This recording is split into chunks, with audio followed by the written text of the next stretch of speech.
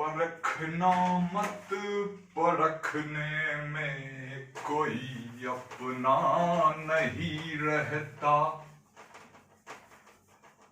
परखना मत परखने में कोई अपना नहीं रहता। किसी भी आईने में देर तक चेहरा नहीं रहता। किसी भी आईने में देर तक चेहरा नहीं रहता। बड़े लोगों से मिलने में हमेशा फासला रखना। जहां दरिया समंदर से मिला दरिया नहीं रहता। नमस्कार दोस्तों, मैं रुपेश आपका आपके एक्सेलेंस क्लासेस में एक बार फिर से स्वागत करता हूं।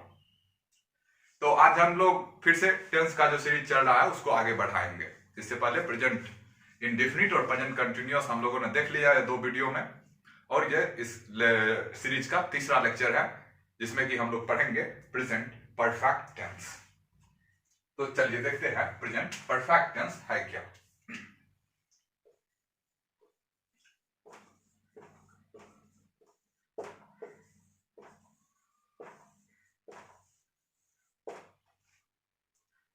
परफेक्ट टेंस,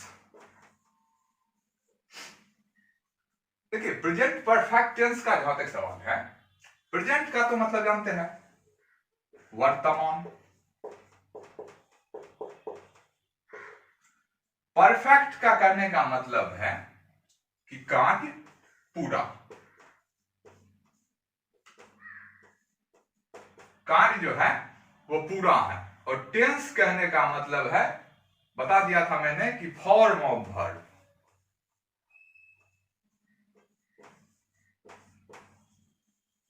या हिंदी में इसको बोलते हैं क्रिया का रूप।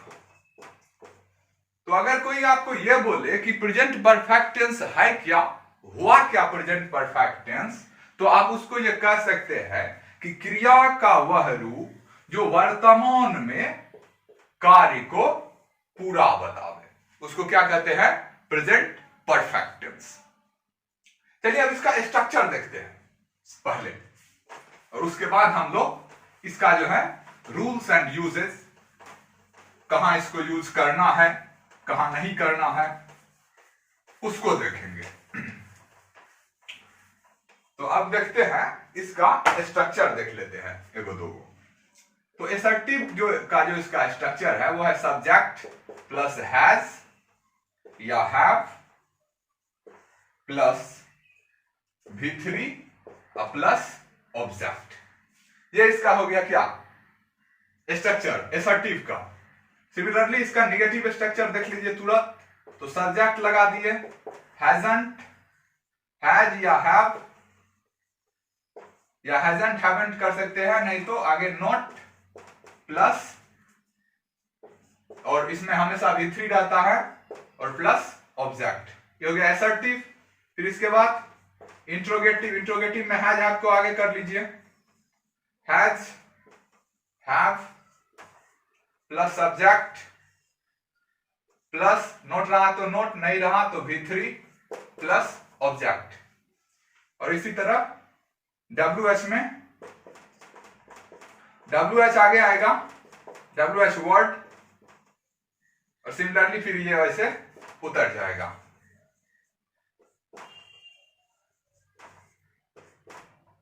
नोट रहा तो नोट भी इसमें लगा सकते हैं, अब V3 प्लस ऑब्जेक्ट। तो ये इसका हो गया एसर्टिव, निगेटिव, इंट्रोगेटिव और WH स्ट्रक्चर किसका, प्रेजेंट परफेक्ट टेंस का। चलिए अब हम लोग इसका जो है रूल्स एंड यूजेस देखते हैं कि हम लोग कहां पे प्रेजेंट परफेक्ट टेंस को यूज करेंगे और कहां पे इसको नहीं करेंगे। तो हेडिंग दीजिए rules and uses.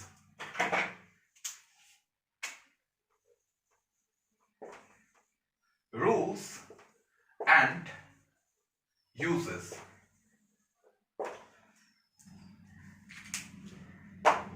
Rules and uses में जो है फर्स्ट यूज आप लोग लिख सकते हैं।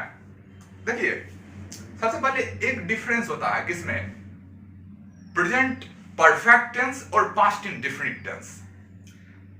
बात क्या है कि दोनों, अगर आप पास्ट इंडेफिनिट टेंस को देखिए या प्रेजेंट परफेक्ट टेंस को देखिए, तो दोनों क्या दिखाता है, कोई कंप्लीटेड एक्शन को दिखाता है, कोई कंप्लीटेड वर्क को दिखाता है। क्या, present perfect and past indefinite both. तो इसमें अंतर क्या है, तो इसका जो अंतर है वो हम प्रेजेंट परफेक्ट टेंस के फर्स्ट यूज से समझेंगे। तो लिखिएगा फर्स्ट कि कोई भी वर्तमान का जो है completed action, a present completed action having its effect in present। अगर कोई भी वर्तमान का कंप्लीटेड एक्शन है जिसका कि वर्तमान में कोई क्या है, असर है, उसका इफेक्ट है, तो आप उसको रखिएगा किसमें, प्रेजेंट परफेक्ट टेंस में। और अगर इसका इफेक्ट नहीं है वर्तमान में कोई, तब हो जाएगा किसमें, पास्ट इंडेफिनिट में। तो ये इसका डिफरेंस हो गया। तो आप लिख सकते हैं फर्स्ट क्या कि a present completed action having its effect in present is kept in present perfect tense। और पहला जो एग्जांपल है वो आप लिख सकते हैं कि I have bought a new car today। ये हो गया इसका फर्स्ट रूल। सेकेंड लिख सकते हैं एग्जांपल इसके बाद क्या था, I have bought a new card. अब देखिए अगर कार्ड हम लाए हैं आज, तो उसका असर तो होगा ना, प्रसादिये चढ़ाएंगे उस पे विश्वकर्मा।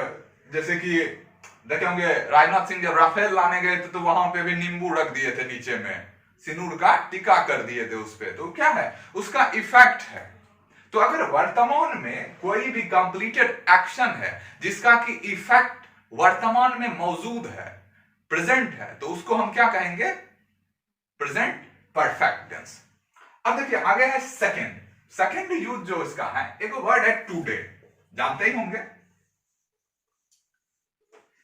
टुडे का दो तरह से यूज होता है। टुडे का यूज एक होता है आज के बीते हुए समय के लिए, जो मतलब आज पास हो गया, और आज का जो बचा हुआ समय है एक वो, तो दोनों के लिए हम टुडे का यूज करते हैं। तो इसमें ध्यान देने वाली बात यह है कि अगर टुडे का यूज आज के बीते हुए समय के लिए हो, तो उसके आगे वाला जो सेंटेंस आएगा वो क्या आएगा, present perfect tense. If today denotes the past time of today, then it will take present perfect tense after it. For example जैसे लिख सकते हैं कि today I have worked out 2 hours in the morning। I have worked out today 2 hours in the morning। तो ये यहां पे क्या हो गया, for 2 hours। यहां पे क्या हुआ, ये आज का है, टुडे यहां पे आज का बीता हुआ समय दिखा रहा है। और आज का अगर बीता हुआ समय टुडे दिखाएगा तो हम इसके आगे में कौन सा टेंस यूज करेंगे, प्रेजेंट परफेक्ट टेंस। ये हो गया इसका क्या यूज, सेकेंड यूज। फर्स्ट था क्या कि वर्तमान का कोई प्रेजेंट कंप्लीटेड एक्शन जिसका कि वर्तमान में इफेक्ट है, उसको हम रखते हैं प्रेजेंट परफेक्ट टेंस में। सेकेंड हो गया अगर टुडे आज के बीते हुए समय को दिखाए, तो उसके आगे आने वाला सेंटेंस क्या आएगा, प्रेजेंट परफेक्ट टेंस। वहां पे आप प्रेजेंट कोई पास्ट इंडेफिनिट का यूज नहीं कर सकते। क्यों, क्योंकि ये आज का बात है, और आज का अगर बात है तो सिंपल ही है कि आज का अगर बात है तो उसका प्रभाव है, उसका इफेक्ट है, और इसीलिए हम टुडे का यूज अगर आज के बीते हुए समय के लिए करते हैं तो उसको हम लोग किसमें रखते हैं, प्रेजेंट परफेक्ट टेंस में। आगे चलते हैं। आगे जो इसका है, अब इसमें कुछ स्ट्रक्चर देखिए।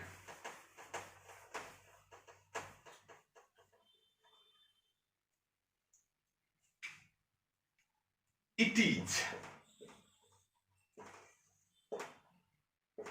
a plus, it is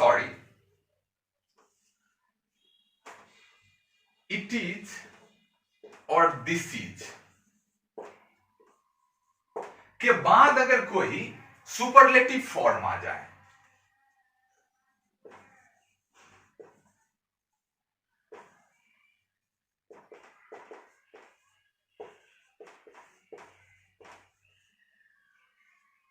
ध्यान से देखिएगा, इट इज और दिस इज के बाद जो है अगर कोई सुपरलेटिव फॉर्म आता है तो उसके बाद आने वाला जो सेंटेंस होगा वो प्रेजेंट परफेक्ट टेंस में होगा।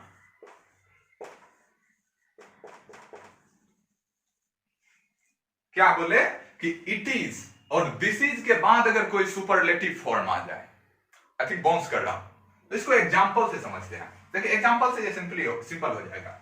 अगर हम ये कहे कि इट इज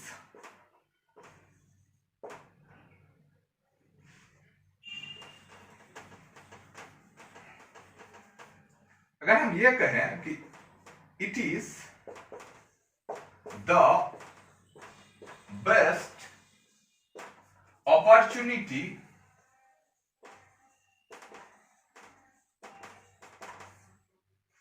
तो यहां पे देखिए क्या हो रहा है, इट इज हुआ और इसके बाद ये क्या बोल रहे हैं हम कि सुपरलेटिव फॉर्म। सुपरलेटिव फॉर्म क्या है? The best. तो देखने वाली ये बात है कि इसके बाद इट इज या दिस इज के बाद अगर कोई सुपरलेटिव फॉर्म आता है तो उसके बाद जो हम कोई सेंटेंस यूज करेंगे तो वो होगा प्रेजेंट परफेक्ट टेंस। तो it is the best opportunity I got in my life, नहीं I have got in my life.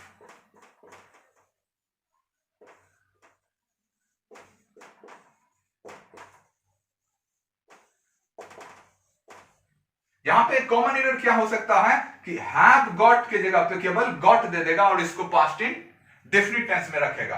तो आपको क्या ध्यान में रखना है कि इट इज और दिस इज के बाद अगर कोई सुपरलेटिव फॉर्म आ जाता है, अब this is the worst opportunity, तो यहां पे द वर्स्ट क्या है?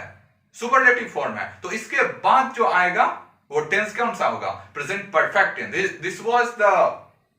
This is the worst opportunity I have got in my life. तो यहां पे भी सुपरलेटिव है लेकिन निगेटिव सेंस में है। तो ध्यान रखने वाली बात है कि इट इज और दिस इज के बाद अगर कोई सुपरलेटिव फॉर्म का यूज होता है तो आगे आने वाला सेंटेंस हमेशा हमेशा किस में होगा? प्रेजेंट परफेक्ट टेंस में। I hope you got it. अब आगे चलते हैं। आगे है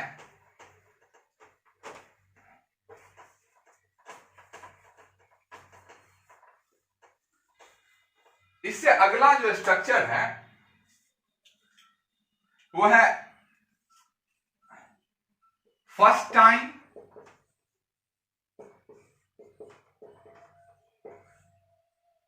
सेकेंड टाइम,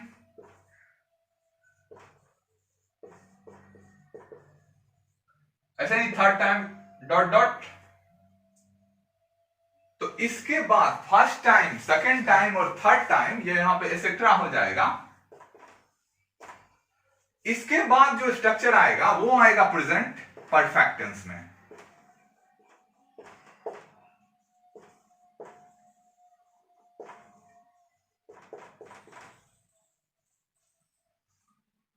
क्या बोले कि फर्स्ट टाइम और second time, third time, fourth time etcetera, इससे अगर कोई सेंटेंस स्टार्ट हो रहा है तो उसके आगे जस्ट आने वाला जो भाग होगा वो किसमें होगा? प्रेजेंट परफेक्ट टेंस में। इसको भी एग्जांपल से समझिए कि first time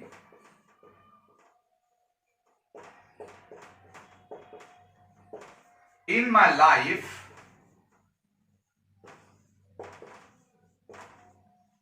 I have seen the Taj.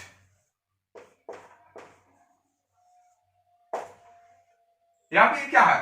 First time in my life, इसके जस्ट बाद यहां पे आप इन्हें बोलेंगे कि आई सॉ, क्योंकि यह भी एक प्रेजेंट का क्या है? कंप्लीटेड एक्शन है। तो यहां पे सॉ भी यूज नहीं होगा। यहां पे क्या यूज होगा? प्रेजेंट परफेक्ट टेंस, और इसके आधार पर जो सेंटेंस आएगा वो होगा आई हैव सीन द ताज। तो फर्स्ट टाइम, सेकेंड टाइम के बाद आने वाला जो जस्ट आने वाला जो सेंटेंस होगा वो हमेशा हमेशा किस में रहेगा? प्रेजेंट परफेक्ट टेंस में। चलिए अब नेक्स्ट देखते हैं।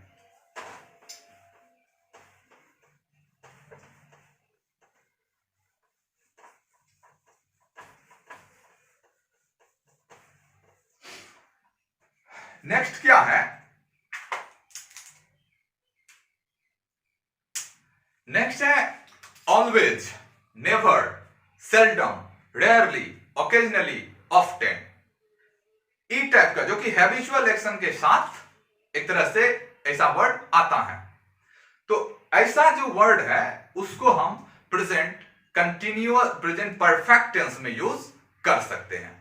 फॉर एग्जाम्पल, अगर आप किसी को यह कहते हैं कि मैंने तुम्हारी मदद हमेशा विपरीत परिस्थितियों में किया है, तो you can say that I have helped you in trouble, sorry, I have always helped you in trouble. तो यहां पे आप always, never, seldom, rarely, occasionally, इसका यूज जो है प्रेजेंट परफेक्ट टेंस में हो सकता है। I hope you got it.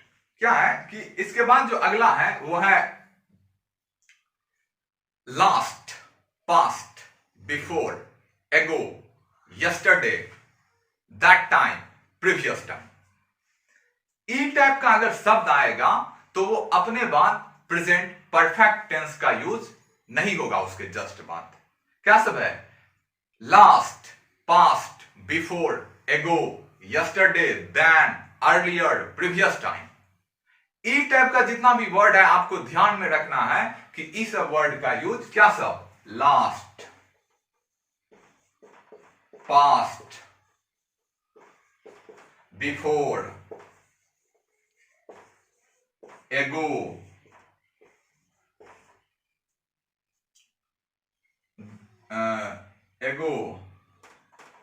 Yesterday,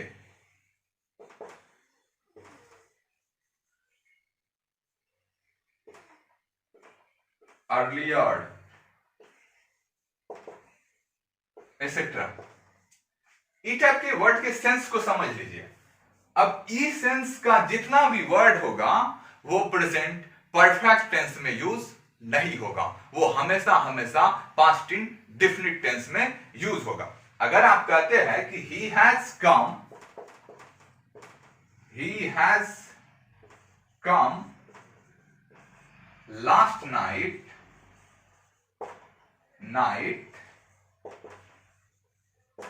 अगर आप ये कहते हैं तो ये गलत हो जाएगा। यहां पे होना चाहिए ही केम लास्ट नाइट। क्या हो जाएगा? ही केम लास्ट नाइट। तो ध्यान में क्या रखना है? Last, past, before, ago, yesterday, then, earlier, इस सब टाइप का जितना भी वर्ड है वो प्रेजेंट परफेक्ट टेंस में यूज नहीं होता है। उसका यूज हमेशा किस में करते हैं हम लोग? उसके सब्स्टिट्यूट के रूप में, पास्ट इंडेफिनिट में। I hope you got it. तो अगला जो है इसका रूल वह है कि past indefinite tense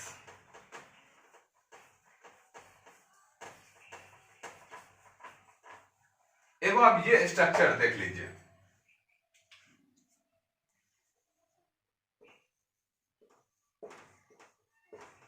present perfect tense,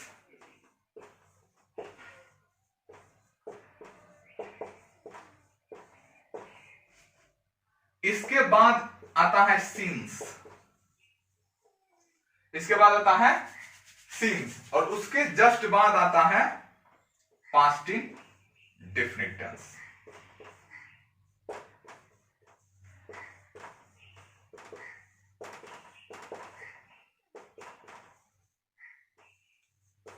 देखिए,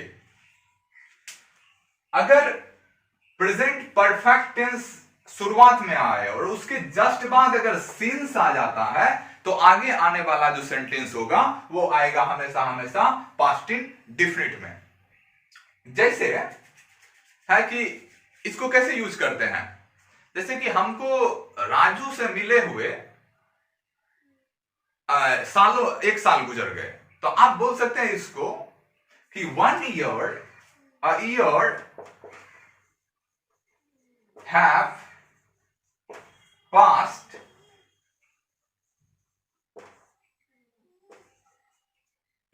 इसके बाद since आएगा, since SI, since I met Raju. तो यहां पे आप देखिए a year have passed, ये क्या है? Present perfect tense. इसके जस्ट बाद क्या आया यहां पे? since। तो अगर प्रेजेंट परफेक्ट टेंस के जस्ट बाद अगर since आता है तो आगे आने वाला सेंटेंस पास्ट इंडेफिनिट में होगा। तो यहां पे since के बाद क्या आया है? I met Raju. तो अगर आप ये बोलना चाहते हैं कि 6 महीना गुजर गए राजू को मिले हुए, तो आप ऐसे बोल सकते हैं कि a year have passed since I met Raju. तो ये हो गया इसका अगला। आगे जो है, एक तो प्रेजेंट परफेक्ट और ये लास्ट रूल है इसका। एक है प्रेजेंट परफेक्ट कंटिन्यूअस टेंस होता है, जिसमें आप लोगों ने भी पढ़ा होगा कि for या since का यूज होता है। अगला रूल है for या since को जो है आप प्रेजेंट परफेक्ट टेंस में भी यूज कर सकते हैं। for और since can be use in this tense to show time. तो नेक्स्ट यही है। तो कैसे इसको यूज करेंगे? जैसे आप कोई ये बोलेगा कि टुडे, आज मैंने सुबह में 2 घंटा रामायण पढ़ा। Today I have studied Ramayana for 2 hours in the morning. तो for या since का यूज हम इसमें भी कर सकते हैं। और for या since में क्या अंतर है कि कोई भी अगर डिफिनिट टाइम हो जाता है, जैसे कोई डेट हो गया, कोई मंथ हो गया, तो उसके आगे में हम क्या लगाते हैं? since। और अगर वो कोई डिफिनिट नहीं है तो उसके आगे में हम for लगाते हैं। तो I hope you got all the rules and uses of present perfect tense. Next day we will learn present continuous tense. For today, that's all. We will meet in next video.